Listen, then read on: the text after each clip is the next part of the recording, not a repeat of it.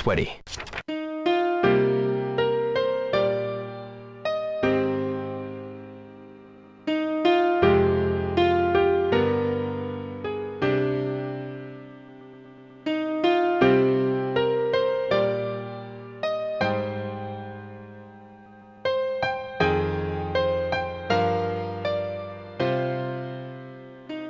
Hey everyone, I've got a cracking interview lined up for you today. My guest today is one of the pillars of the British gaming journalism community. He's been around for a long time. Started his career out at university where he was the editor for the gaming section of the newspaper over there, working his way up through the ranks and is now the managing editor for guides at Eurogamer. Not only that, he is a massive Shenmue fan who also published the recently put together guides around the more obscure cutscenes and details that are in the first Shenmue game. My guest today is managing editor Matthew Reynolds.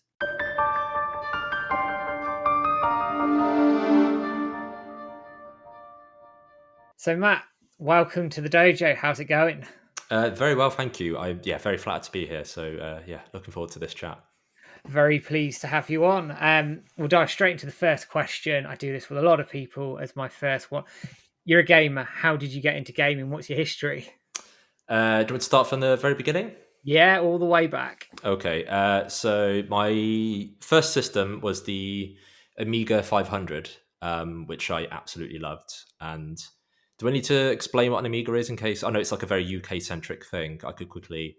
It's basically it's a Commodore like PC. Yeah. Essentially with a keyboard, but you also could like plug in. It had a mouse and it had like a joystick and a joypad, and basically you could play games and stuff like that. And it was like a 16-bit system, so broadly the same as a Mega Drive and or a Genesis if you're from the States, and a NES. And we just had tons of games. And I absolutely had a great time. Some of these games that we just bought boxed, like you could buy them like quite cheap for like £5. From the shops. We had like demo discs, like a lot of like magazines had like floppy disks on the cover, so access to loads of demos and access to kind of loads of shareware, weird stuff. And also not to advocate piracy at all, but like you could go to car boots and there'll be like someone at a stall selling Amiga games, and you could buy like 3 for £5 and flick through these little catalogs. But it just meant I had loads of games to play from a very young age, and it was just very fortunate that my first system meant I could play loads of different things, see what I liked, loads of different genres, like point-and-click games. I was obsessed with Lemmings. There was a few racing games that I really liked, like Lotus Turbo Challenge. I played like an Outrun spin-off that I don't think Yu Suzuki was involved with. I think it was called like Outrun Europa, and I think like US Gold made it. Okay. Which is quite interesting. Obviously, it was set in Europe rather than the States. And obviously loads of platformers as well. And that was obviously the big genre at the time. And I was just absolutely obsessed with platform games. So it's stuff like Zool and Super Frog, Fire and Ice I really loved. And it just was a system with just loads of brilliant games that I really, really liked. And then I think through that, and because I really like platformers, I heard of Sonic. And so Sonic obviously was on the Sega. And I managed to kind of wrangle a Master System and a Mega Drive, and I played all the Sonic games. And I think I just loved Sega around that time. I was just obviously obsessed with Sonic. I had like Sonic toothpaste and I had like Sonic pajamas. And the only reason I got into like liking tomato ketchup was because I don't know if they're around anymore, but Daddy's Ketchup. Oh yeah, I remember them. Yeah, they brought like a Sonic themed. I don't think it was anything different to usual ketchup. It was just like it had a Sonic logo or whatever, or like a little sticker on it. I remember not liking ketchup until I tried some of that, and in which case it's like, this is ketchup is really good. All thanks to Sonic. I was absolutely obsessed. But yeah, like I was a big fan of those games, but also like anything Sega put out, I seemed to love. So Streets of Rage, Echo the Dolphin, that sort of thing. So I just had a fondness for Sega even back then. But I was also like pretty lucky in the sense that like I had access to everything over time. I had a brother and sister. So the Amiga was actually my sister's, but my brother had like a NES. I eventually got a SNES, and I just had access to everything. And that was just, I was very lucky in that regards.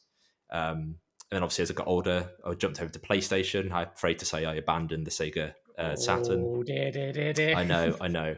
I eventually did own a Saturn, and I don't have any regrets in life. But I actually did own one eventually, and I bought it from like this was obviously years later. I think like kind Mhm. of more or less once the generation was under full swing, and I had like a Saturn and like 30 games and like all like the accessories.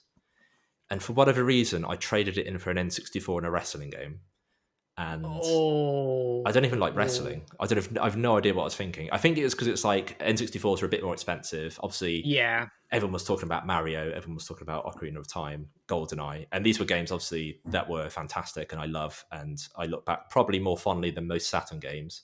But I still really wish I had access to a Saturn right now. I just can't believe that I did that. But PlayStation for me was the big one, and I think PlayStation was the introduction to probably more mature games in the sense yeah, that like they were like more complex, like those storytelling, bigger adventures. Like Final Fantasy VII, for example, was just this mind blowing experience. Like I could not believe that this it could exist. Really, if I'm completely honest, it was looked stunning, had like really complex systems, had interesting characters. I just couldn't believe like a game would come on multiple discs. It was just like everything about it was like I just didn't know games could be this. After like a diet of growing up on platformers and stuff, yeah, there's a step beyond, right?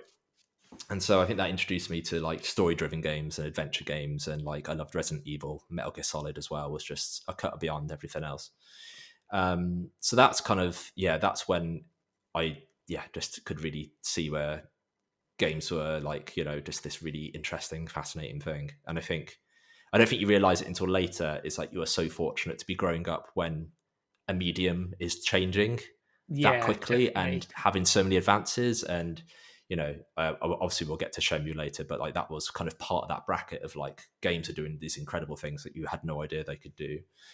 um and then I then, as I say, like I owned a bit of everything. I think as I got older, I just tended to even like if I couldn't get them for like Christmas or birthday, I would eventually have enough money to buy them. Yeah, I loved the GameCube. That was my system of that generation. But my brother had a PS2, so I could play Metal Gear Solid 2, Final Fantasy 10, that sort of thing.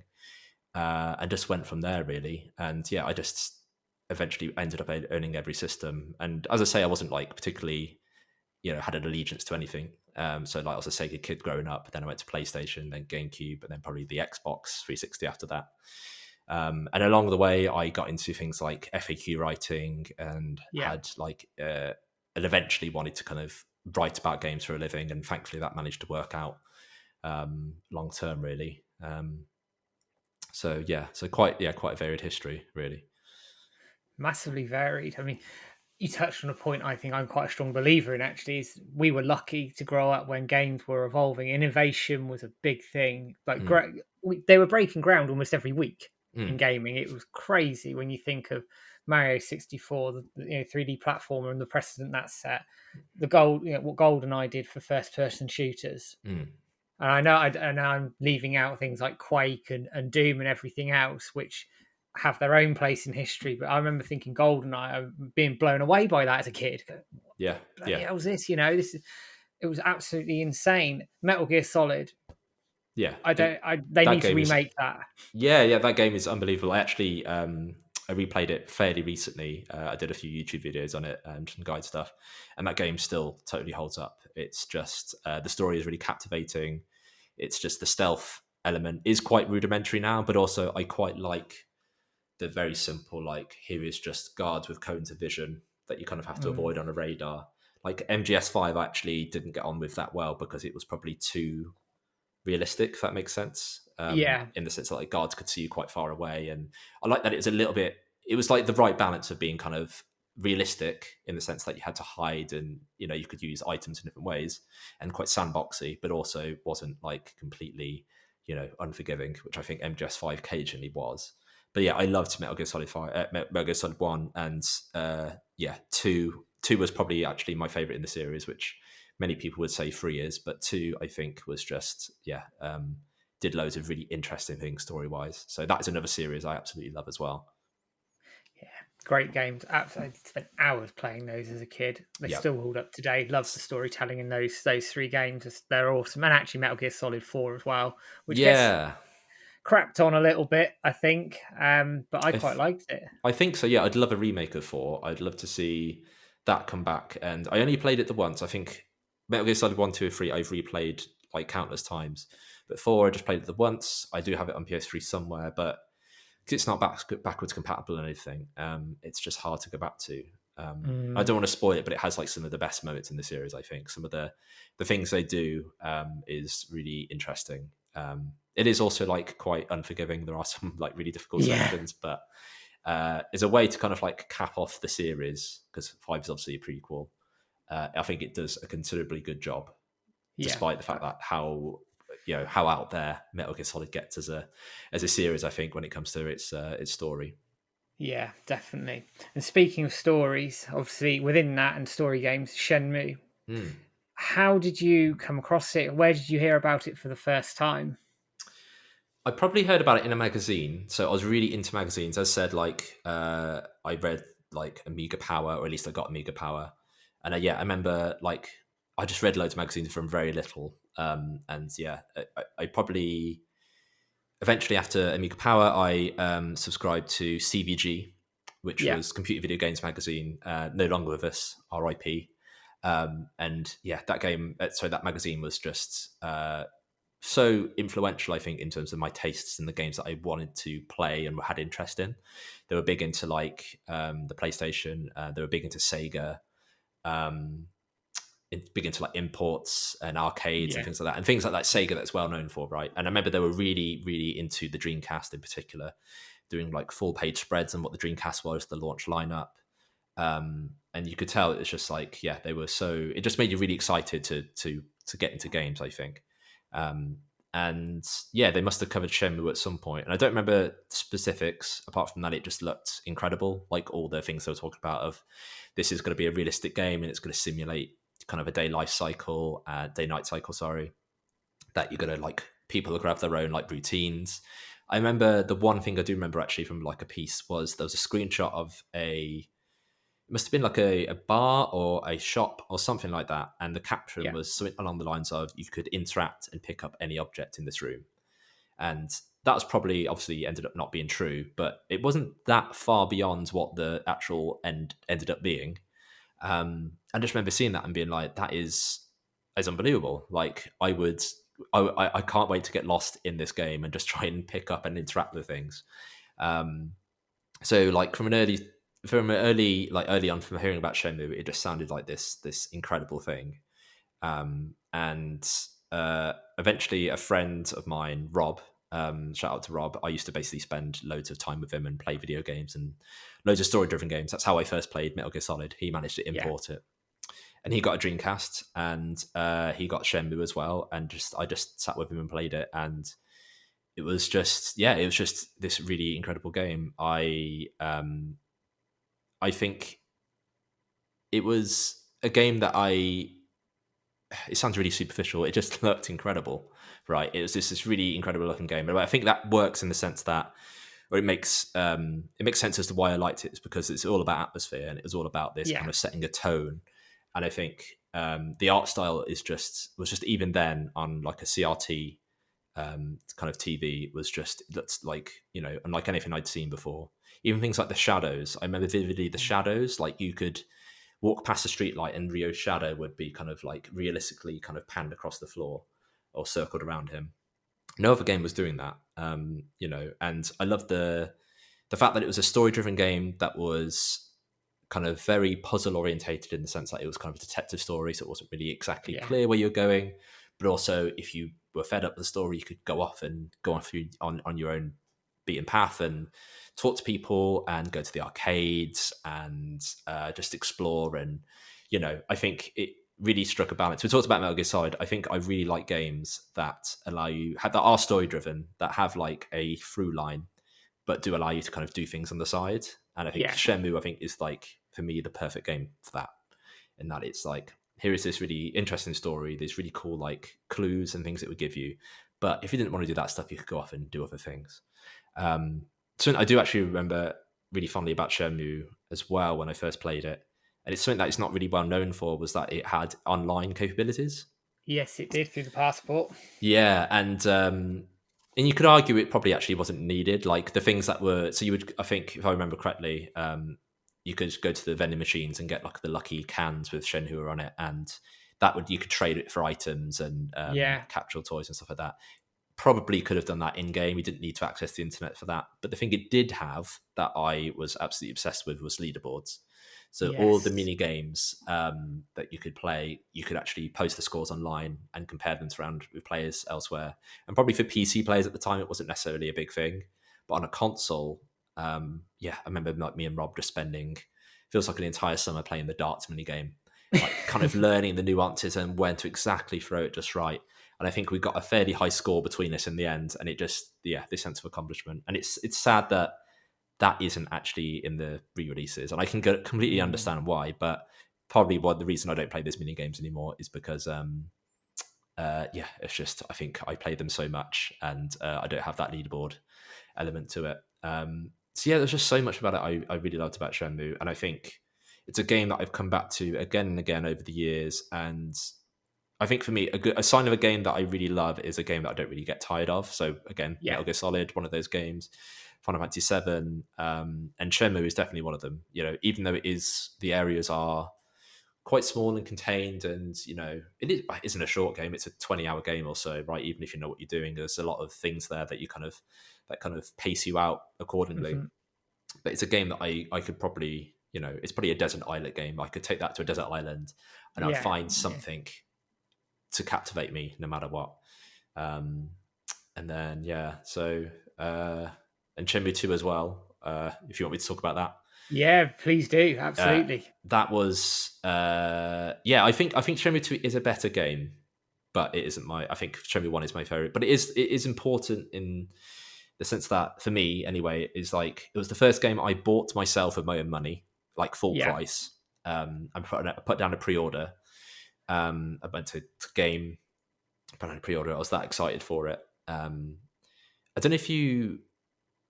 I'm trying to think actually if this was right, but do you remember? I don't know if you bought it at the time. Do you remember them breaking the street date for Shenmue 2? I do vaguely remember copies coming out early, Mm, like within a few days early. Mine turned up early. yeah. I remember. I don't know how far early, but there was definitely a few outlets that did break street date by a few days. I don't know if it was any more than that. I'd have to look. I'd have to do some research and find out. But I'm Yeah, it's sure one of mine those. turned up early. Yeah, it's one of those things that it's the only, because obviously I've been in the industry now for like God, like 10, 15 years. Games very rarely get released early, at least like, you know. But I remember playing Shenmue 2 like a week or so early before I don't know how much of it was like the Dreamcast by then was dead, and Mm. Sega did, like the retailers just didn't really care at that point. But I think a friend from school let me know. He said like, look, I've been playing Shenmue 2, and I didn't believe him. And I tried. I went home, and via going home, I kind of went to the game, and they were just like, yeah, you can buy it now. And I think I've never been so excited to go home and play a video game, if I'm honest. And it completely lived up to expectations. I think as a sequel, it is pretty much perfect in terms of like ambition and scale. Like I talked about, like Shenmue 1 having like lots of not small areas, but there's a lot fewer of them, right? Shenmue 2 Yeah. has loads by comparison. The amount of people on screen, again, it sounds superficial, like talking about graphics or whatever, but it adds to atmosphere, right? And the fact that Yeah. you're Yeah. going from a very sleepy suburb to a very kind of bustling city, like it absolutely nails that within like the same engine and the same kind of limitations of what Shenmue is. And I think obviously you got like the Yellowhead building and all the action scenes. It just ups the ante in so many ways. And yeah, it's just a superb game. And I also remember, this is actually something else I've been meaning to look it up over the years, and I don't know why I Yeah. haven't. But the disc 4 of Shenmue 2, was that meant to be just a data disc? Is that always like printed on the disc? Because I remember doing the Yellowhead building thing and being like at like 11 p.m. or something, being like, I'm just going to finish this game tonight. And then the surprise of going to the village and the Shenhua, and basically like the kind of the last chapter of the game where it's away from Hong Kong, that being so unexpected. And I think it's probably because I thought disc 4 was something else. Yeah. Yeah. Yeah. And I basically ended up playing up to like 4 in the morning. I just had to see it through there and then. Yeah, so many cool things that game did. as a sequel. Yeah. Am I making that up? Does that make sense? The whole No, disc that four makes. thing. Yeah, I mean, Yeah. I know they made a call late on disc 4 and Mm. putting Guilin in that, but I think they wanted to go out on a massive high. I think for the Dreamcast. I mean, the fact it ended up being a 15-year cliffhanger Yes. is another question, but they made a call on it late. I don't know about the data disc thing. I'd have to ask some I'm, of the longer serving community members about it, but I yeah. know they made that call late to put Guilin in. Oh, interesting.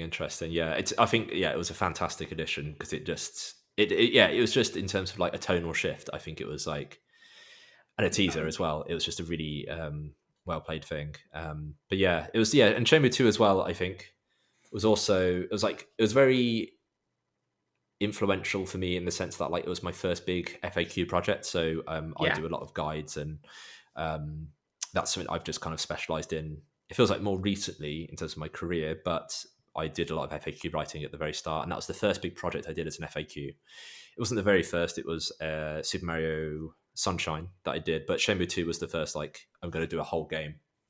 Partly because it was only out in Europe on the Dreamcast, so it felt like I kind of had a Mhm. bit of a leg up in terms of Yeah. FAQ writing. Yeah. At least then was quite competitive in a good way. Like the community was really good, and just getting into a game like that. As I say, like it ticked all my boxes in terms of a game that was kind of puzzly and an adventure and had loads of secrets and things to find, and it was just I remember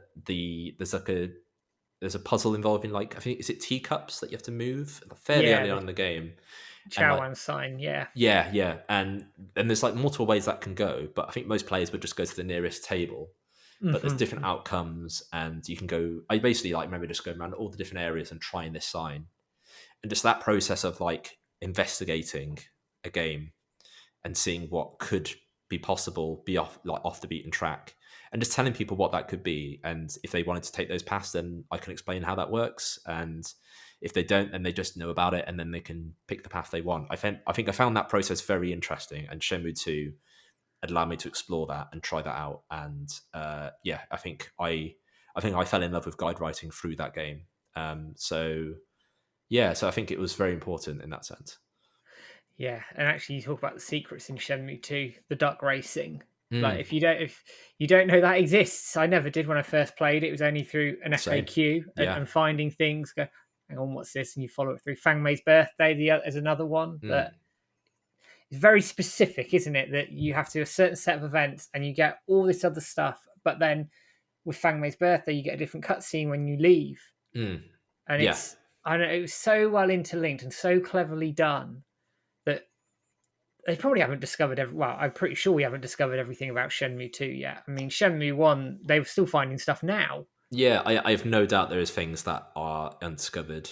I think that's why it's so special. I think every time I replay Shenmue, again, I talked about it as a game as like I could replay it endlessly, and part of that is because I feels like every time I play it, I discover something new, even if it's like minor, like I just talk to someone different and they Yeah. come back with a different response. But it's a game with so many layers to it and so many secrets. Through to like things like cutscenes and stuff. And when I did this, I did like a recent Shenmue project on my own YouTube channel, and there were things that actually I didn't know until I was like researching. Like I didn't know when you're sneaking through the old warehouse districts that the homeless man can actually, if you get it wrong enough times, that he will give you a Yeah. map and he'll talk to you. I didn't know that until fairly recently, and that's because like when I played it the first time, I worked out the route with my friend, and Yeah. every time we replayed it, I knew exactly where to go, so I wasn't gonna get stuck, and I wasn't gonna like figure that out. Stuff like that. It's just like there are all these different events that can happen if you play it a certain way, and I think it rewards you for being inquisitive and it rewards you for like experimenting and trying things. And yeah, very few games do that, I think. But also like you just play it linearly and see loads of cool stuff, and that's also great too. There's so much to it, and that's I think why I love the series so much. Brilliant.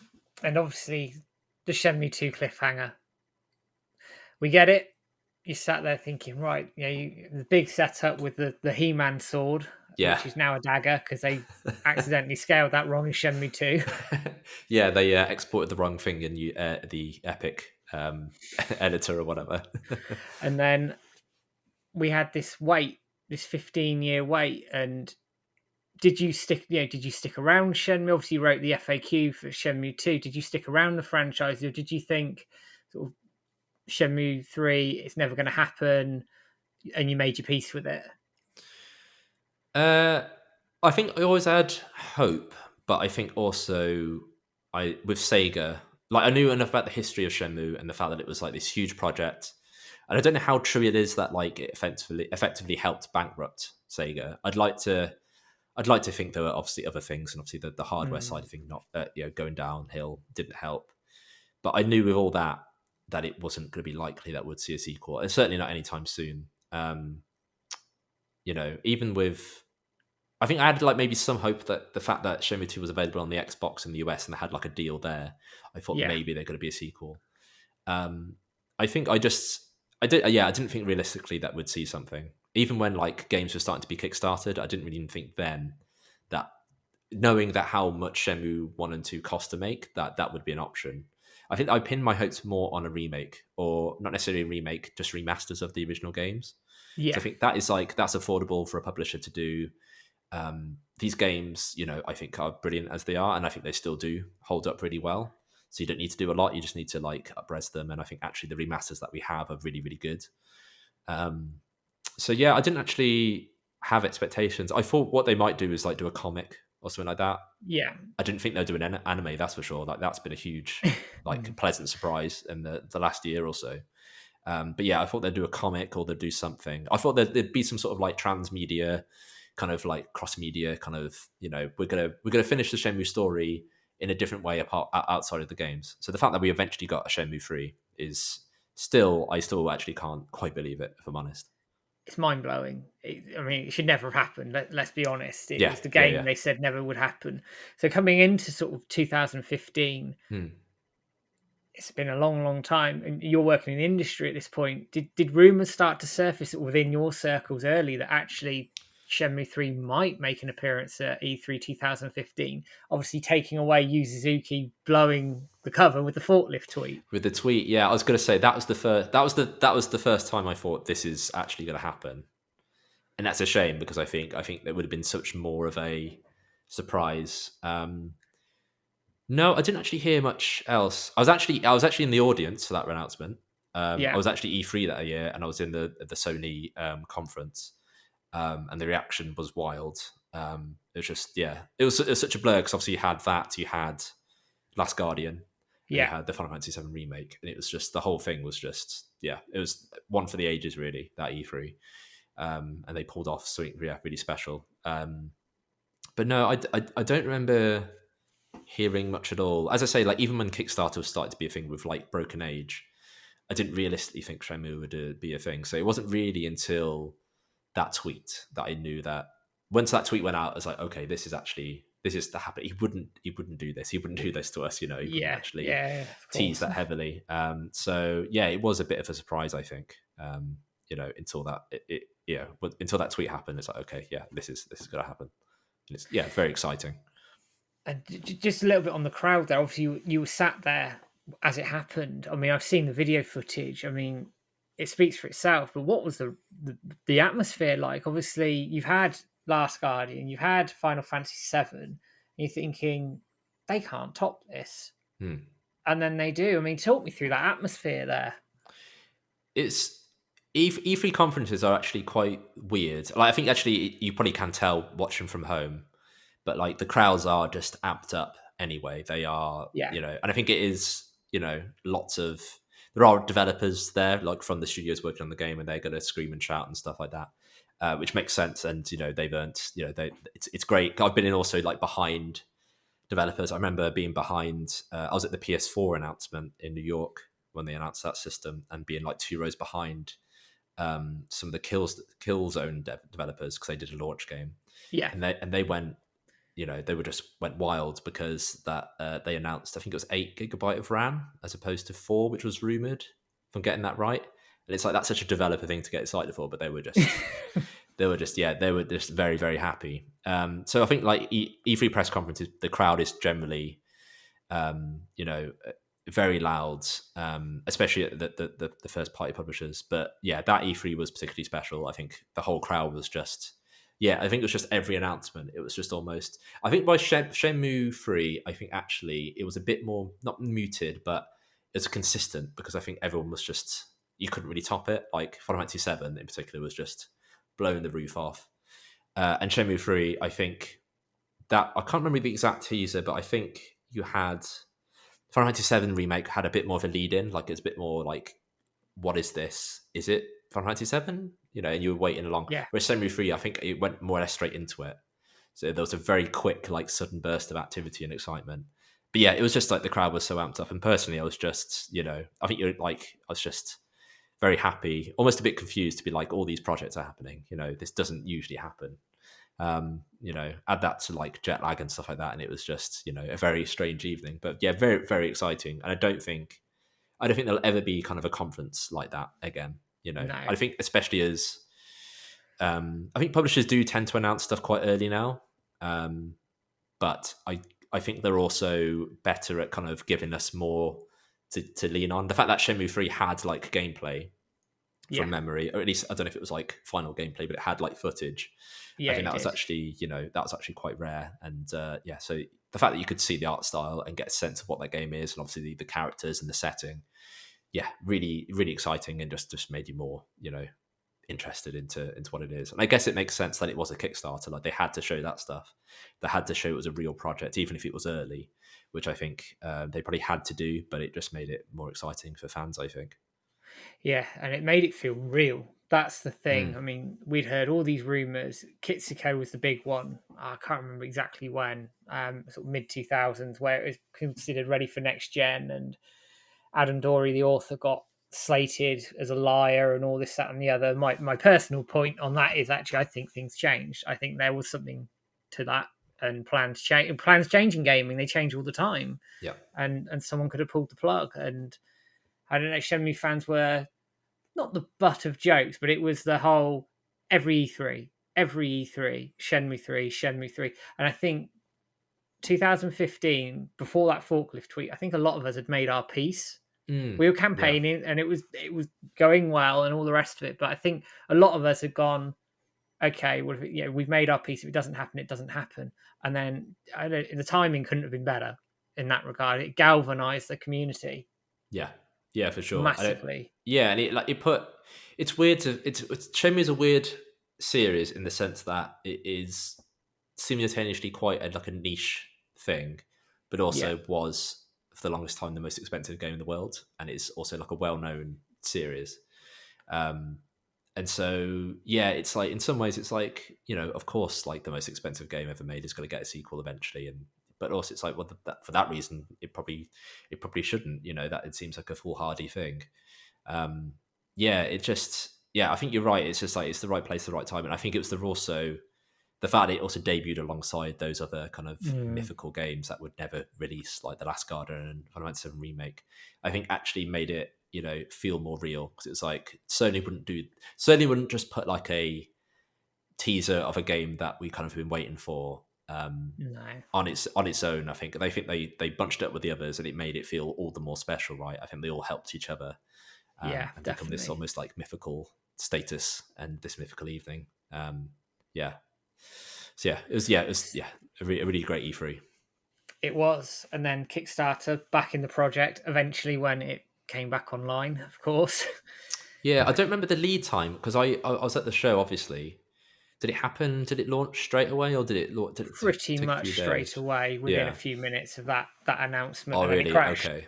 Oh, okay. Okay. Yeah. I probably didn't like check into it until I was at home, because we have like would have a team of like people writing up stories back home, so I could Yeah. do like pictures and tweets and stuff. So I think I had to work, unfortunately. But yeah, so it launched, it crashed, and I think I think I probably donate. I definitely put some money towards it. I think I did like the £100 tier, where Yeah. you'd Yeah. get a physical copy and maybe like the phone book or the phone card things. Oh yeah, yeah, yeah. I I'm think with that's probably you. the one I went for. But yeah, I think when I got home, that was like when I could relax after the trip and properly look into the Kickstarter, and yeah, soak it all in really.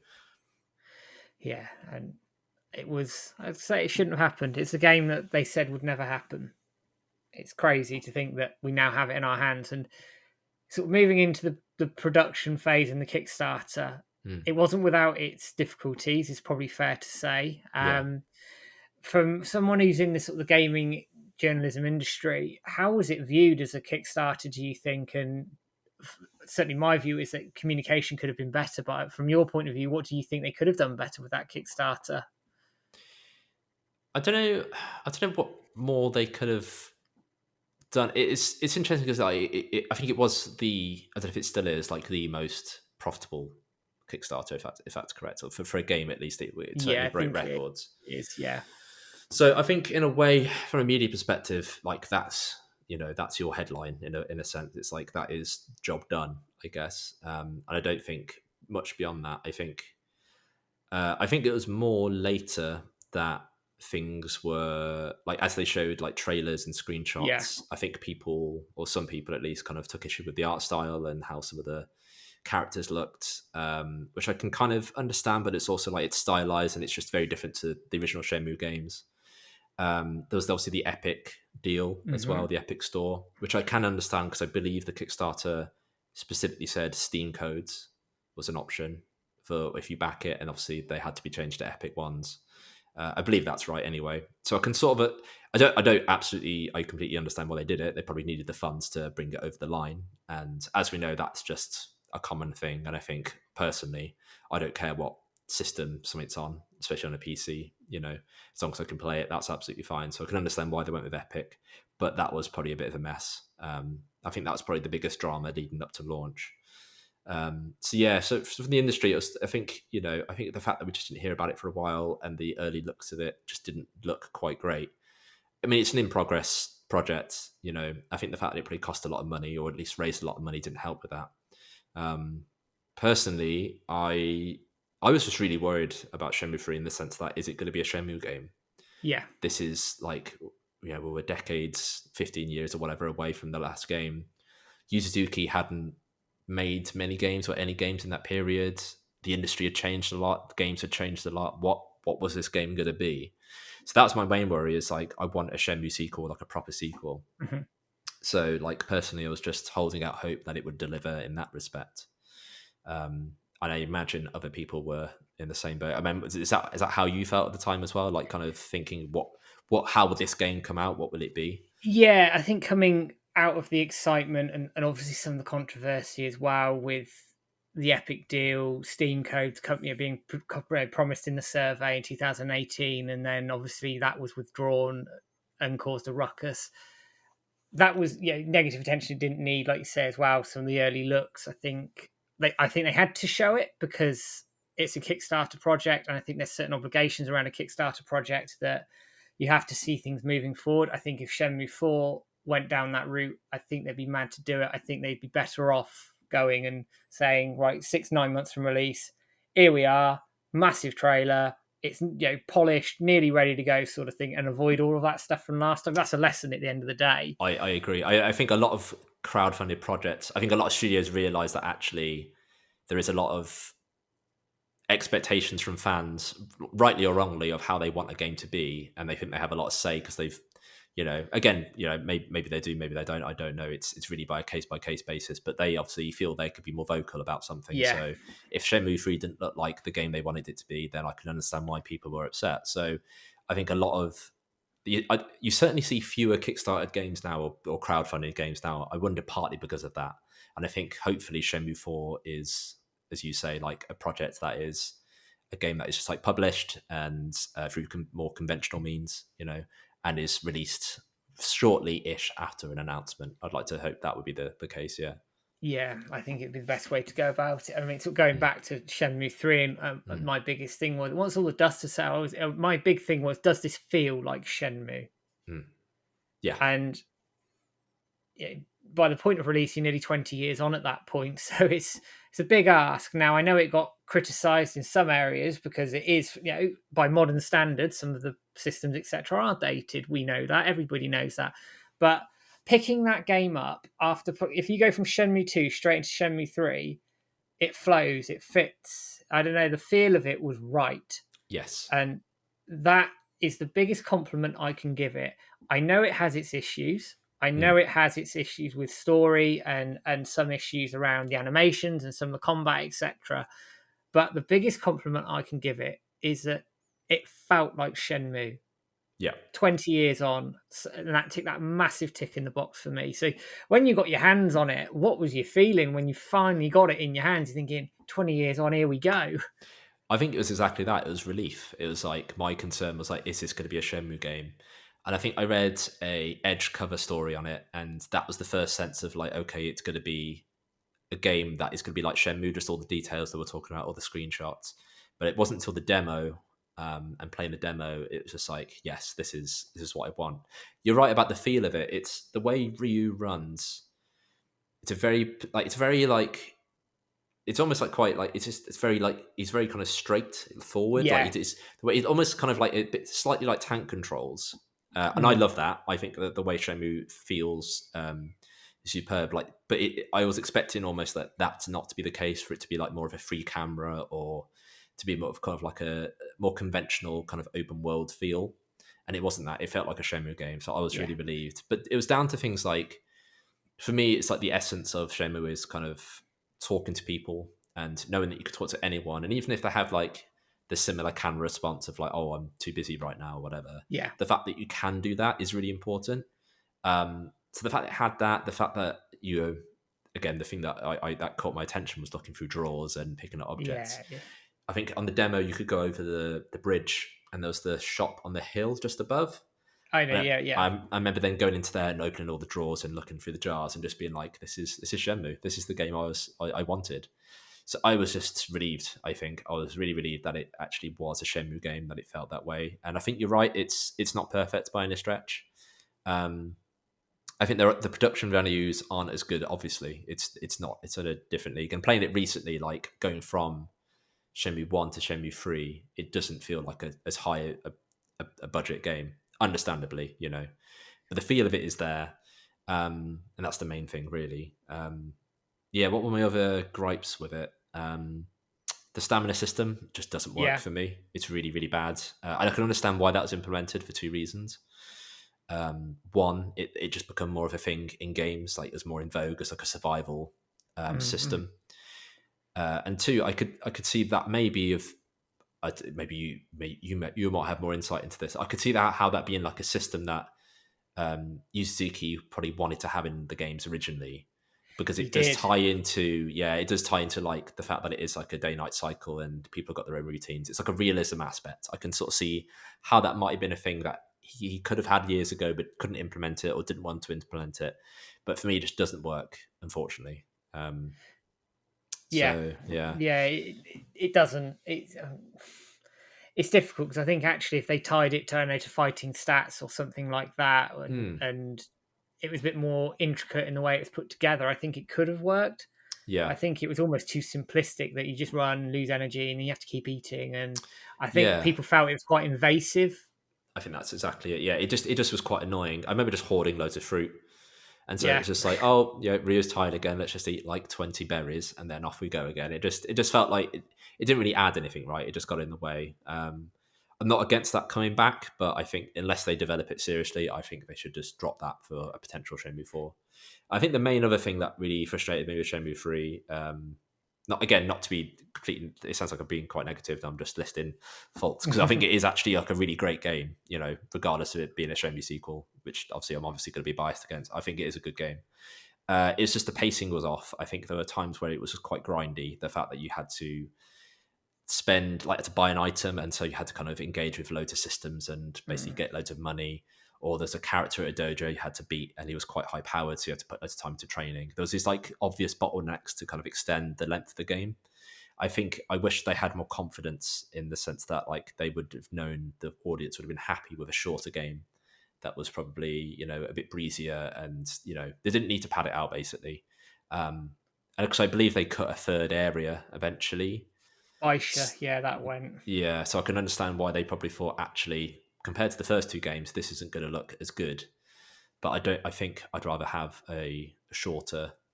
Even without that stuff, it would have been a decent length game. Um, a shorter but kind of like tighter experience. But as I said, like, but Shenmue, there's so many good things with Shenmue 3. That I really really liked. I think the name escapes me, but the second area essentially with the hotel and the Oh, temples. Niaowu, yeah. Yeah, that is just beautiful, and I love this like the different districts. I love that it opens up gradually. I think the thing Shenmue does in general really good is pacing, and I think the way it kind of same with the village at the start is like it kind of gradually opens up more of an area and does it in a reasonably natural way. I think in Shenmue 3 you could argue it's like very literal Mm, roadblocks. I think Shenmue 1 in particular, having replayed that, does that really well in like, oh, I don't need to go that way, or the bus terminal is covered, the bus stop is off limits, etc. So it's probably a bit more artificial in Shenmue 3, but I love that it gives you an excuse to kind of keep exploring a little bit more. And the yeah. fact that you kind of at the end, you're in this like long um, road with loads of temples and these beautiful like mountains in the distance, and then you can access this area with loads of like the docks with the boats. Mm, Yeah, it's beautifully done. It's a really really lovely game. And like all those restaurants, and you've got like they've got little paths behind them, and it's like little fishing holes. There's loads of really cool things in Shenmue 3 that I really really like. So yeah, I think it's a really good game. I think as we said, like I think there are things that I wish they could have cut or kind of worked around, but it's good. And the fact that it actually came out, and it came out as a Shenmue game, and it felt good, and it has all the things that at least I really liked about Shenmue. I think it's an achievement, really. it is, and on a fraction of the budget for what the originals have, which, Hmm. I mean, when you consider they've got to develop it, they've got to voice cast it, they've got to do, that's a lot to do on a Kickstarter project. I know they had publisher come in and Hmm. obviously put money in as well, and they had some external funding, but Yeah. still, it was not anywhere near the equivalent of what Shenmue 1 and 2 had. It just wasn't, the team wasn't there. It wasn't the same, it was essentially an indie team. Yeah. I don't mean that to sound disrespectful, but it was a new team, new to Unreal, Hmm. learning on the job as they went. I think for me, Shenmue 3 is the foundation for a Shenmue 4 to build on, Hmm. almost like Shenmue 1 to 2. Yes, That makes yes, sense. absolutely. And I think, yeah, as you say, like hopefully that Shenmue 4, it means that the team now knows the engine. It Yeah. has that development experience. It can now put the attention into making like the game rather than trying to build it from the ground up. Like they know kind of what they're doing now. That is my hope. Yeah, you forgot about sorry, I forgot about a publisher coming in. I think that was actually a really good move. I think how do you pronounce it? Is it Koch Media? I think you meant to Yeah, and pronounce it. Deep Silver, yeah. Yeah, and Deep Silver. Like I think you could, I think some people were a bit concerned that there was another publisher coming in, but I remember actually being relieved because I think which developer was it? There was a Kickstarter project where they had someone come in. I think it was Pillars of Eternity, Hmm. and it was Paradox were doing all the Kickstarter requirement stuff. So I think that's what Koch Media was kind of doing. They're helping, like, basically do all the packaging and helping out all the logistical side while they did help with the development. And I remember when that happened with Paradox and Pillars of Eternity, being a bit concerned, like, oh, is this game okay that you're getting someone else in? But I think I did some interviews with the publisher, and obviously they're going to sell it as a good thing. But I think they explained it to be like, we want to help the developer focus on the essentials, which is making the game, and focus on the thing that they do well, and let us as a publisher kind of help bring the game to fruition. So when they announced that for Shenmue 3, I saw that as a really good sign of like, actually, they're not. This is such a huge undertaking. So the fact that you've brought a publisher in who it's a good publisher, they know what they're doing in that regards. That for me was like, okay, they're at least kind of doing that, and getting all the logistics off to someone else that can do that properly, and they can focus essentially on making the game. So yeah, I forgot about that until you said that happened. But I think that was a good sign and a good step, really. Yeah, definitely. It would. I mean, I don't know what we'd have got had they not come in terms of, obviously they'd have brought a level of funding with them, with them as well into the game, invest into the game, and obviously it came out as a final product. I do Mm. wonder what we'd have got had that not come in straight. I mean, Yeah, it's an interesting discussion whether it'd been a lot more linear, almost like a Telltale's game sort of thing, with some little segments of a bit more free roam. I don't know. It's yeah, exactly. Yeah, because that was in my head. It was like, is this game going to be a bit more linear than what we expect? And same with the Epic stuff. It's like, I'm sure that actually helped financially quite a bit. Again, people were rightfully probably upset with that, but I think it was probably a necessity at the end of the day, and I think it was the right call, whatever it took really to get it to the state that it was in. So yeah, I think hopefully Shenmue 4, as we discussed, is like they know how to make this game now. They've got the expertise, they've got the experience. They can actually then kind of make this game the way hopefully it's the sequel that we've been kind of waiting for from here. So fingers crossed. Now, we're talking about Shenmue 4, so I'll segue into it. There's been Mm. rumours, lots of rumours floating around at the moment with Shenmue 4. I don't know how much you followed them. Not loads, to be honest. I think it's been a busy year for me for a bunch of reasons, but I've kind of it's to do with, is it 110 Industries? Is that right? Yeah, that's it. Yeah, Yeah, yeah. and lots of tweets, and certainly my belief is they're probably working with Yu Suzuki on something. But when they're answering tweets for the hashtag Let's Get Shenmue 4, and they answer it saying eventually, and then it gets deleted. Oh, really? Okay, right. I didn't know it was that level, because I know they did was it the banana and the apple, I believe. Yeah, they did that. And they did an interview as well shortly after that. So they could either have been teasing for that, or I'd like to think if you're a publisher, you wouldn't do that without necessarily having some sort of association with Shenmue. Like, they could be doing like big fans. They could just be like, we've got an interview with Yeah, Yu of course. Suzuki. They might have just gone to, I don't know, TGS, whatever, and had a chat with him. And they might just be like, it's a good excuse to do that. They've got this publisher access to, him. But I'd like to think they wouldn't do it without something down the line. But knowing how publishers work, and you said like them deleting tweets and stuff, and I think Yu Suzuki has also come out since and said like, we're not working with them, or we can't say anything.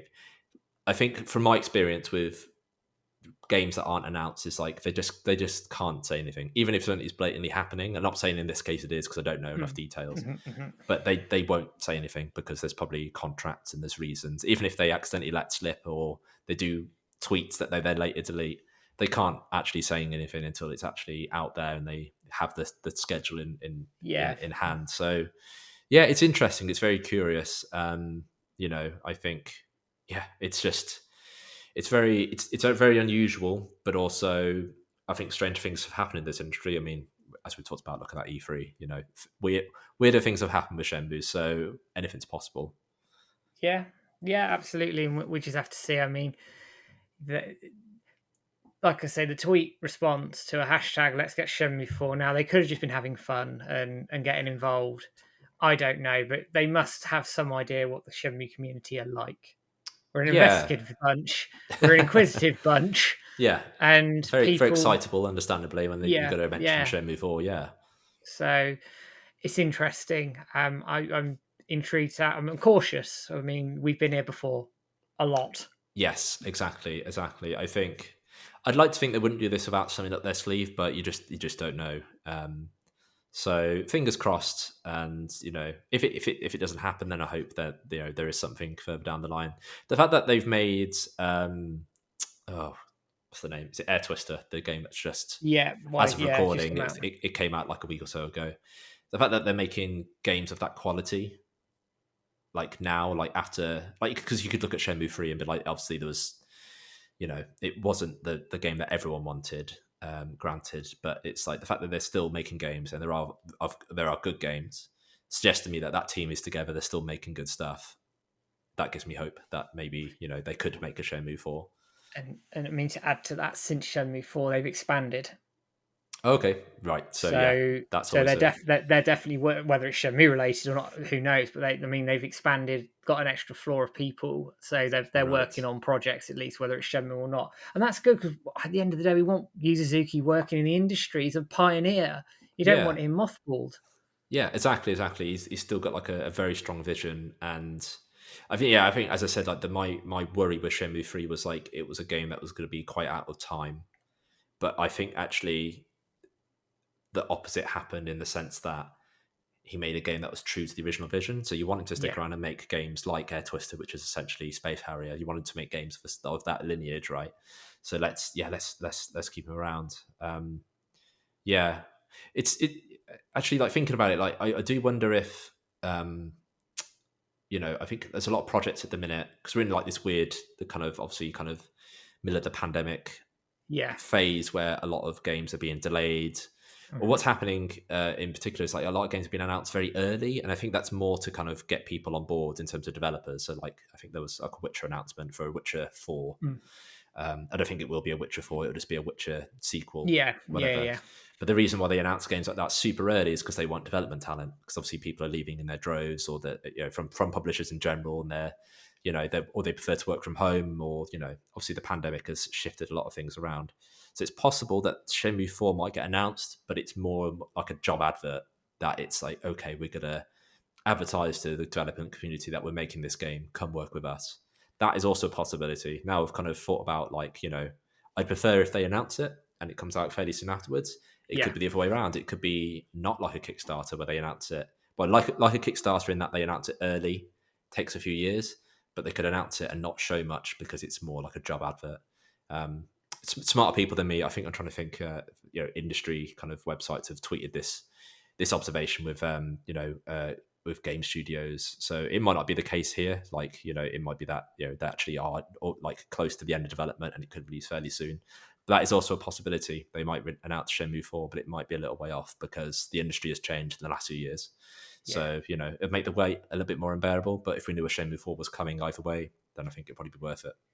yeah. It would, and one way or the other, as long as it's greenlit, I'm happy. Yeah, I'll exactly. wait. I'll So, happily wait. And speaking of wait, a bit of a left field wait. We'll sort of segue into this. Shenmue the animation. yes. That came out of nowhere. There Yeah. was Yeah. literally nowhere. There were some rumors on Twitter. Then September 2020 hits. Here we are. We're making Shenmue the animation. When that first got announced, what were your thoughts on it? Uh, I had no expectations. You said there were like teasers. What were the teasers? I think I might have missed this actually. So there, I can't remember the name of the guy who was tweeting. There was a well-known leaker on Twitter was saying, "Oh, to Shenmue fans, if you care about the story, stick around. There's going to be an announcement very soon." And we're all going, "It can't be Shenmue 4. It's too soon." If that makes sense. We and having interviewed Cedric Biscay at the time, Right. we knew at that point, sort of earlier that year, they'd already pitched to publishers, so there was no way really that was going to be in a state to be announced. Hmm. So we're like, what the hell's this? And then that's where it all sort of surfaced from there, and excitement built. And then at Crunchyroll Expo, there you go, Shenmue the animation. Here you are. Yeah. I had no idea that it was happening. I was just really really excited. Yeah, as I said earlier, like Shenmue is this thing where it's like it's both simultaneously very well known but also quite a niche series. So the fact that an anime was made for it still blows me away. I still can't quite believe it happened. Yeah, I was just really pleasantly surprised, and in many ways, it kind of makes like it is a good fit for an anime. Like it's this epic story. There's like action sequences. It's funny. There's like interesting characters. I think I think when you like drill it down to that, like those bullet points, it's like actually this really works with an anime. But yeah, when it was first announced, I just still couldn't quite believe it was happening. I'm just happy. I was surprised it was announced and then released so soon. I was expecting it later this year. That was my surprise. I was doing like partly kind of inspired by the Shenmue anime news, but I was kind of itching to replay it anyway. I was going to do a few YouTube videos for my channel, Yeah. and I was like, okay, I'm going to get this started around Christmas time, and it's going to be ready for like summer or something for when this anime rolls out. And then they announced very shortly afterwards it'll be like a month or so away. I was like, cool, okay, right, I'm speeding this along. I don't think anyone expected it to come that quickly either. So it's a pleasant surprise, really. Yeah. Well, I mean, they did the trailer in October 2021. That was New York Comic Con. It looked really good. That was the audition tape for the girl who played Natalie Rao, who played Shenfire in the end. That was her audition doing the prophecy. Wow. They stuck that on the trailer, which I thought was really funny. And then January, it was quiet. I just remember it being quiet. The whole, it was fairly quiet. We're thinking about the anime's coming this year. We don't know when. Boom is a trailer. Boom is your release date. It's in 4 weeks. What? Yeah. It was very expected. In a good way. I have to come clean, by the way. I haven't actually finished every episode of the anime. No. But there's a good reason. Basically, I've watched till the end of the first game, which is like 5 or so episodes, as because I'd recently been replaying Shenmue One, and I knew it quite well. And as I was watching the anime as it was coming out, I realized like how good a job they did in terms of marrying up a lot of the scenes. Like the attention to detail is staggering in terms of like the smaller characters that are kind of in the background. Um, the way they've kind of introduced new like characters in the four in clever ways. Like some of the sequences are like directly from the game. Like I think there's the one with the heartbeats bar where pretty much all of that is the Yeah, same. Even the investigation afterwards where he goes to the motorcycle shop, then he goes to the jacket shop, then he goes to the tattoo parlor. yeah, Exactly how yeah, it is in the game. The phone call with the password for getting into the Chen warehouse. I'm pretty sure is word for word from the game. Things like this, it's just like I can't believe like it felt like a real passion project that they really knew this series, they knew these games well. So what I want to do is wait until I've played Shenmue 2 and have that quite fresh in my mind. So then when I watch hmm the anime, I kind of can appreciate it because I think I definitely if I'd gone in cold and I watched the anime without playing Shenmue before, I don't think I would have appreciated it as well. Also for the differences as well because I think there are some differences. I think it probably is quite short for that game. Like I feel like it could have maybe been an entire series for the first game, but I think what steps they took to kind of make the story fit that episode length worked. I think they made yeah. some good choices there. So even if they take some liberties with Shenmue 2 story, it'd be interesting to know more in my head how the game works out step by step, beat by beat. So when I watch it, I can appreciate that more, if that makes sense. So yeah, I hold my hands up. I haven't finished the anime yet, but it's for a good reason, you know. You're in for a treat with Shenmue 2, I think. I won't say anything else than that, but in terms of how it fleshes out characters and things, very much like it does in the Shenmue 1 element, Mm, um, those secondary characters that are in the games, I think the attention that they get it adds to the anime and how good it is. And like you say, the attention to detail. I mean, you're talking about the hunt from the jacket shop to the bike shop, etc., the tattoo parlor. mm, The move that Landy uses in the opening sequence is frame for frame. It's the mm. same move that he kills a WoW with.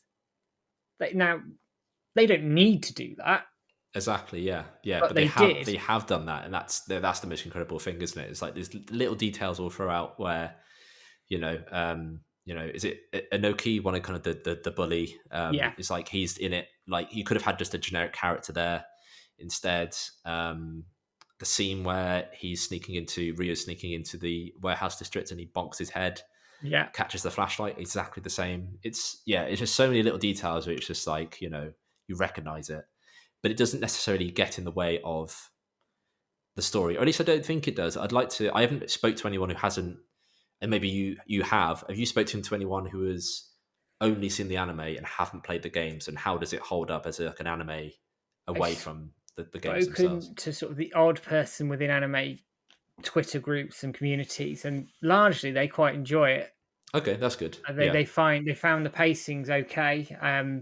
Some bits are a bit quicker than others. I mean, it's Mm. 13 episodes, and you're cramming a lot into 13 what are 25-minute episodes, aren't they? They're not very long when you think about it. Yeah, yeah, Um, they do go quite quickly. Yeah, and generally review quite well in wider media circles. So I think they hit the nail on the head. I think they did more than enough for Shenmue fans in terms of the attention to detail, the scenes being almost shot for shot, mm. but then broadening that appeal out to new people and hopefully engaging people in Shenmue, because at the end of the day, that's what they want to do with it, to Yes, hopefully allow people to either access the games or maybe a season 2 of the anime if it does come.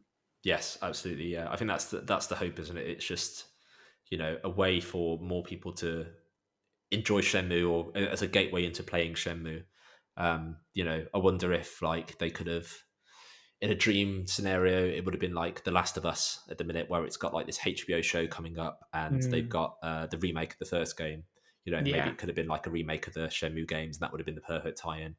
The fact that it exists, though, is still amazing, and it hopefully bodes well that you know the fact they have done it, you know, means that they are looking ahead long term or even medium term to be like, Shenmue isn't going away, that we want to do more things for this franchise. I'd like to think they wouldn't have just plucked Shenmue out from the wide pool of games and franchises that are out there, there must be a reason for that. Or at least I'd like to hope so. Or as I say, maybe it was just like this is a good candidate for an anime, and that also works. And I think it does work as an anime. Like I haven't watched many anime shows, but it does seem to kind of like like I love the intro sequence. Love that the forklifts are kind Yeah, of pointed at in a very joking way. And I think the character interactions are quite funny, and they work on that level as well as like kind of what from the games. So yeah, I think it's like considering it's considering like we didn't expect this to happen, the fact that it's also come out really good, I think we're quite lucky really that it's come out as well as it has. we have, and actually, it doesn't happen without Shenmue 3. For all its Mm. faults and the way it came out and the Kickstarter project and everything, none of this happens if Shenmue 3 doesn't happen. Mm. Yeah, absolutely. So I believe I've yet to watch your interview with the showrunner or the EP of the anime, It but I was believe like they had a the EP. 3 year lead time, which marries up more or less with the Shenmue 3 release or like Yeah, the production of that coming to a close. So yeah, those things sound like they are interlinked in some way. yeah, and it's performed well. I mean, I won't spoil the interview for people who haven't seen it yet, but they're pleased with the performance. Certainly, the people who made it were very happy with how it's come out and the ratings and various other bits. So Mm. fingers crossed, it's done what it needs to. But Absolutely, yeah. I won't spoil that interview. But what I do want to talk about is you sort of touched on this a little bit. Is your YouTube series Mm. looking at obscure Shenmue bits and pieces like cutscenes, like Nozomi's confession for one of them, the cutscene with Rio at home and going into the bar. What sort of made you revisit Shenmue? Because obviously you've done the FAQ for Shenmue 2 before a long time ago, admittedly. What's made you revisit it and go into a YouTube video series? And why now?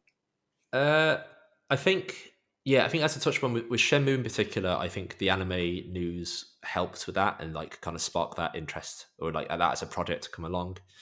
Um, I think with the YouTube stuff, so my day job is writing, or most of my day job is writing guides, like written guides. And I think Yeah. a few years ago, I wanted to do more like video guides Hmm. as a different like kind of skill set. Like they're obviously quite similar in how you would approach them, but they're also it just it's a stretch of a different muscle, I guess. It's different to writing and editing on a page and working through Yeah. that structure as it is to a video.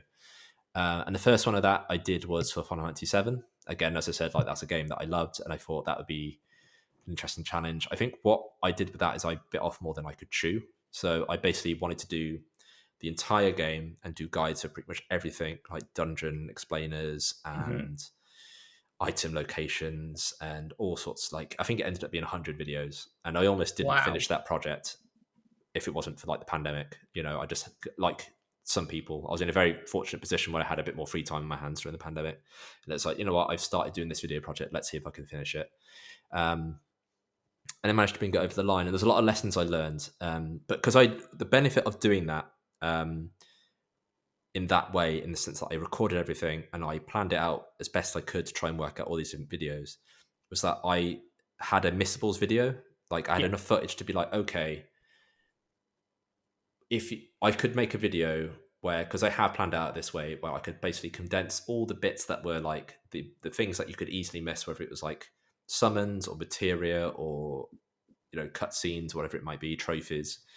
I had all that footage. It took ages to edit, but I could put it together, and it was quite a useful video because there are guides for Final 97 that are missable guides, Yeah. but none that Yeah. are video form, as far as I could tell, or like very few, or like not in the way that I would like to kind of have done it, which is kind of as condensed as possible and focused as possible. And it required some editorialization, if that's a word, where it's like these are the things that I thought were useful missables rather than every missable. I think there are guides out there that are far more in depth than mine, at least with Final 97, that go into that detail. And if people want those, then that they're out there.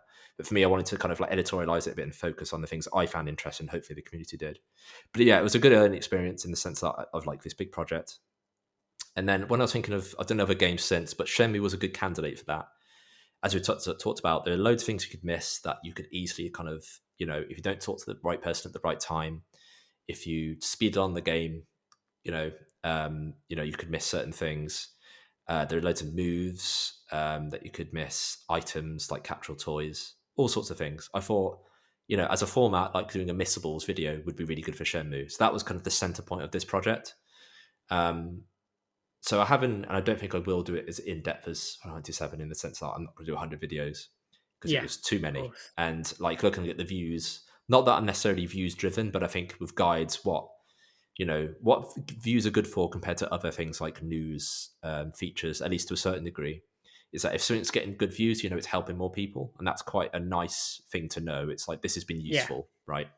So I know Missables for Final 7 was good and had loads of that had more views than average, and that was useful. And so I wanted that for Shenmue. And again, there are like, I'm not going to pretend that I'm necessarily revealing new things, but for me, there was a lot of interesting new observations that I didn't know about, and there's lots of things that are probably a little bit like are kind of in forums rather than kind of in like yeah, videos that are obvious yeah, on the front page of YouTube, or at least on the front page of research, or even in FAQs. Like I went through my old FAQ as kind of the starting point, because after Shenmue 2, I did Shenmue 1 as an FAQ. But even that was kind of light on some details, or lighter than I would hope. I remember, is it Double Blow? There's the move Double Blow that you can learn in the park from Lucina in the yeah. first disc. Like in my FAQ, it just said on disc 1. And that's true, but it's vague. Like there actually are Mm, two windows that can happen, and they're two weird windows. I think you need to speak to Tom, and it's up until you go to the barber, and then it is. I don't remember this correctly. I think it's before you go to the Heartbeats bar. I mean, as you're looking for the sailors, two really weird windows. But it's things like that. It's like my guide included. There's advice out there that is a bit too vague, yeah, and that part of that is probably because it's just like it was a long time ago, or whatever it might be. But it's like I remember at least reading my FAQ and being like, I need to firm this up. So I just spent like ages trying to verify as much as I can. And it was just an excuse to kind of really dig into this game and try and work out how things work. And there were things like you mentioned, like the confession, Nozomi's confession and Nozomi's tears. The way they worked was kind of different to how I expected. Like there were in some ways the requirements easier and more generous. There's some speculation from people saying like you need to have done it as soon as you get the Chinese letter, or as soon as you hear the phone ring, you have to answer it, and that's it. Which isn't the case in my experience. You could come back the next day, and the next day, and the next day until you got the sword handguard. So that was quite an interesting thing to learn. The fact that Nozomi's, I'm trying to get the order right now. I think it's Nozomi's Tears is the second one, but it's only based on date. It's not based on like yeah, talking to anyone else. Things like that. It's just like, I think what the magic of Shenmue is like people almost add conditions to events, and that's kind of like because they are drawn into like because when I discovered like you don't need to talk to Eerie, when I first read that, I was like, that makes sense because Eerie does mention that you should go to the park, but I ended up discovering you don't need that at all. So the fact that people are kind of taking that at face value, I think is a good thing because it shows that the game has kind of built this kind of these side events that could be realistic and real and actual conditions. So yeah, I just found it fascinating. I found it a really good excuse to drill down into this game that I loved, and that is got all these kind of missable scenes that are really interesting and easily missed. And I just found like we talked about like it rewards people who mm, are inquisitive and like to kind of take their time with things. And I think it's weird that the Ichiro and Naoki scene, and also Nozomi's confession, if that's the first one, um, like they are very missable because in that point in the game you go to the harbor, and so you don't yeah, go home after 7 p.m. I find that fascinating from a design perspective because it's almost like the especially when you know the game and how to play it quite directly, you're going to miss that every time. But what it maybe suggests is that if you take your time with this game, you will come across more events. Um, you know, I just found that really interesting. Also, like on a kind of like more um, on a level of like, okay, why does this thing play out at a certain time? Like there are certain cutscenes that only play out, for example, like I think the Naoki scene doesn't play out until you're on disc 2, and it's like, well, yeah, I imagine that's because disc 2 had the data. That's why you can't see it on disc 1, and so on.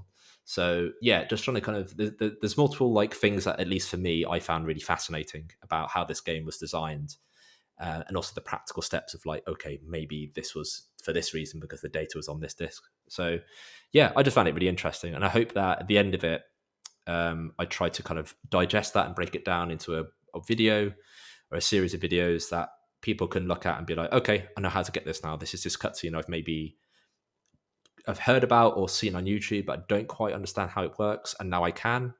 Or maybe I just know how it works, and that's good enough for me, and maybe I just don't need to go through those steps anymore. So I'd like to think that hopefully it is helpful for some people, even if it's like these are things that are, again, as I say, they are known, they are out there. I'm not pretending to kind of discover things that other people haven't discovered. I've just hopefully surfaced it in a way that is kind of a little bit more digestible. And I think video in particular is really good for that because you can see it. You can. I like writing in words, of course you do, but I like that written walkthroughs are quite easily digestible. I like that you can just look at it on a phone, but I also Yeah. like video because video allows you to see the steps and allows you to clearly see it. And I think with Shenmue, that's quite an important difference. So yeah, I was quite glad I embarked on the project. I think like Final Fantasy VII in a way, I bit off more than I could chew. It was a lot of double checking, a lot of like, did I actually talk to Erie on this playthrough? I don't think I did. Better start another save, that sort of thing. It was like I want to make sure this is as as clear and as much as I could confirm it from my experience. So yeah, it was actually more work than I expected, but it was very, very satisfying and just, as I say, a good excuse to go back into a game that I really loved, and kind of try and understand it a little bit better from behind the scenes. Superb. And how many more videos have you got in that series to work on? In theory, I could, like, as I say, I've got the whole game captured. There's a lot of videos I could do. I think because it's been like the Missables video and the Niyuki one after that, I think was a lot. Like, the video is something I'm not necessarily that experienced in. I do enjoy it, but it just takes a long time for me to work with video compared to Yeah. like written guides, which I am well versed in, and I can kind of turn those around fairly quickly. And obviously, because it's all in my spare time, it's all like I have to kind of find the time to do it. So I don't know. There's a couple of videos I want to do. The Inoki stuff, for example, the third cutscene is something that many people don't know. Yeah. So that I might do like a series on that, and that'll be by comparison a lot more straightforward. And actually, that first, again, I'll talk about kind of vague requirements.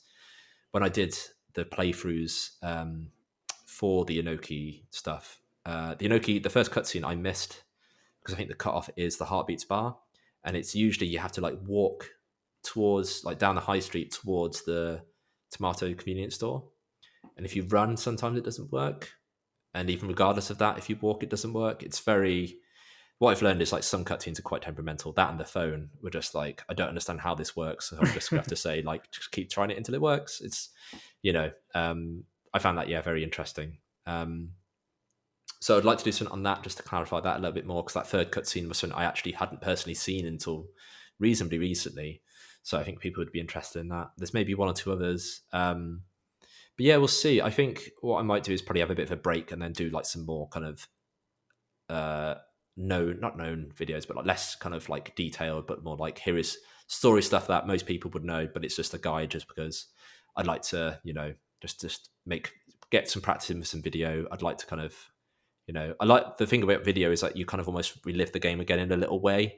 So like with Final Fantasy VII, I was kind of like rediscovering, I was going back through old dungeons and stuff, and I found that quite fun, quite a relaxing thing to do. So maybe once I've kind of had a little break from Shenmue as a project, I'll kind of come back and do a few more videos. So I probably won't do loads in this series. I probably will, hopefully this year, we'll see. Obviously, I'll do Shenmue 2.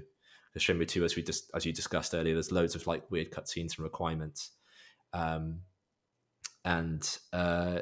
think it's just I am now itching to play Shenmue 2. Like, despite the amount of work this video took, or these videos took, I want to play more Shenmue. And Shenmue 2 is a game I'm less familiar with. I think, it's a game I really like, but I don't know it as well as the first game, and I want that to change. I want to kind of go back to it, and I want to see the anime, as we talked about as well. So hopefully by the end of the year, I'm kind of at a point where it's like, you know what, I'm ready to go back in, play lots of Shenmue 2, play it quite intensely, do loads of research.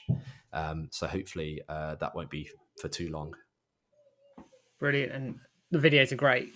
I'll put the links in the description of the YouTube video for everybody who hasn't seen them yet.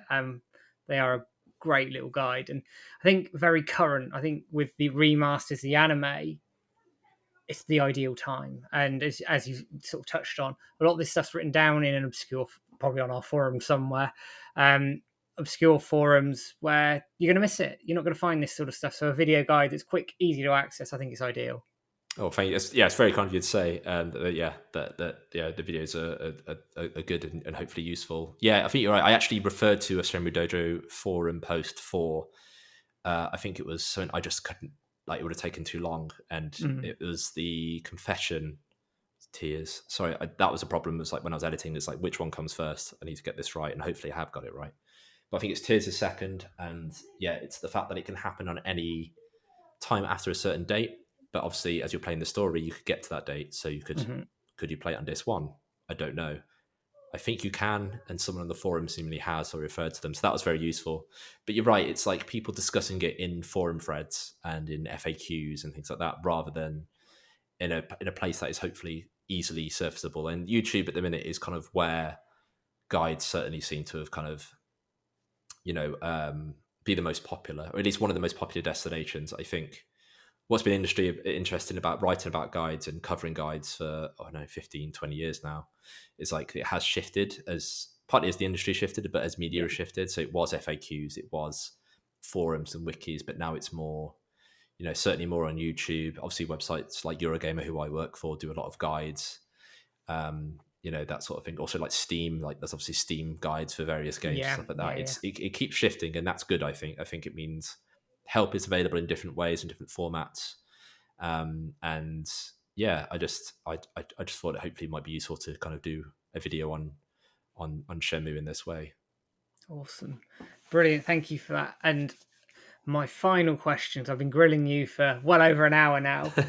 I do this to everybody, and thank you for your time, Matt. It's been an absolute pleasure to get you on the show. Oh no, I've really enjoyed it. So thank you for having me. Absolute pleasure. Final question. Is there a message you want to give to the Shenmue community? I'd say probably don't give it hope for a fourth game. I have hope there will be a fourth game. I don't know if it's controversial to say, but it's like don't settle for like a comic or like an anime. I think that those would be certainly fine ways to tell the rest of the story, but I don't think it'd be fully right for it to not be a game. So I think people should have faith, even if it takes another 15, 20 years. I'd like to play a Shenmue 4. That is my hope, and I hope people are also patient. We'll keep replaying the first three Shenmue games. We'll keep rewatching the anime until we have a fourth game. So yeah, I'll just say have hope, have faith that game is coming. Brilliant, Matt. Thank you. And I agree with you. I think it can come. And we're a patient bunch. If anything, we're patient. 20 years. And yeah, and if anything, we've been spoilt. We've had a new game and an anime in just a handful of years. These are the good times. So let's ride this wave. Embrace it, because we had a dry patch for so long. Let's embrace it while we've got it and hammer home that advantage and keep making that noise. So Matt, all that remains safe for me is thank you so much for coming on the show. It's been an absolute pleasure. Oh, thank you very much. Yeah, I've really, really enjoyed it. And to everybody who's been watching, listening, wherever you may be, as always, guys, thank you for tuning in. Always appreciate your engagement with the content. Don't forget to give us a like, share, subscribe over on all the social media channels. And I will be back with another interview in the coming months. Take care, everyone. Have a good one.